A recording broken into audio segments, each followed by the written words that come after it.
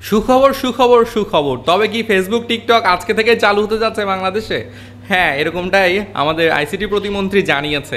আমরা তার মুখ থেকেই তার কথাগুলো শুনবো। তবে আমি যতটুকু জানতে পারলাম যে ফেসবুক এবং টিকটকের সাথে কথা হয়েছে, বিভিন্ন বিষয় নিয়ে তাদের সাথে আলোচনা হয়েছে এবং তারা সরকারকে সহযোগিতা করার মন মানসিকতা পোষণ করেছে। শেষ পর্যন্ত সরকার চিন্তা করছে যে বাংলাদেশে অনেক বেশি ক্ষতি হয়ে যাচ্ছে ফেসবুক না থাকার কারণে।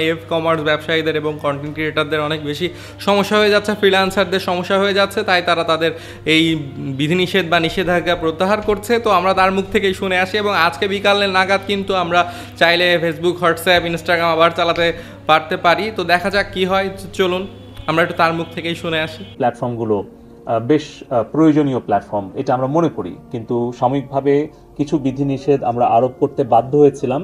তবে আমি আনুষ্ঠানিকভাবে আজকে আপনাদেরকে জানাতে চাচ্ছি যে আজকে আমরা সেই বিধিনিষেধ আমরা প্রত্যাহার করে নিচ্ছি এবং বাংলাদেশে আমাদের সাইবার স্পেসে আমরা ফেসবুক, টিকটক এবং ইউটিউব এর কার্যক্রম পরিচালনা করতে আর কোনো আমরা বাধা রাখছি না। এটা সম্পূর্ণভাবে সবগুলো অ্যাপ্লিকেশন আমরা।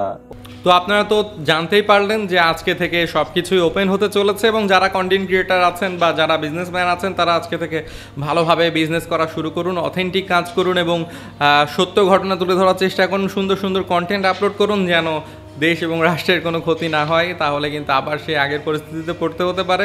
তাই চেষ্টা করবেন সত্য ঘটনা তুলে ধরার, কোনো গুজব ছড়াবেন না এবং সুন্দর একটা প্ল্যাটফর্ম হিসেবে এগিয়ে নিয়ে যাবেন ফেসবুককে। তো যাই হোক, পুরো বিষয়টা জেনে এবং আজকে ফেসবুক খোলা নিয়ে আপনার মন্তব্য কমেন্টে জানাবেন।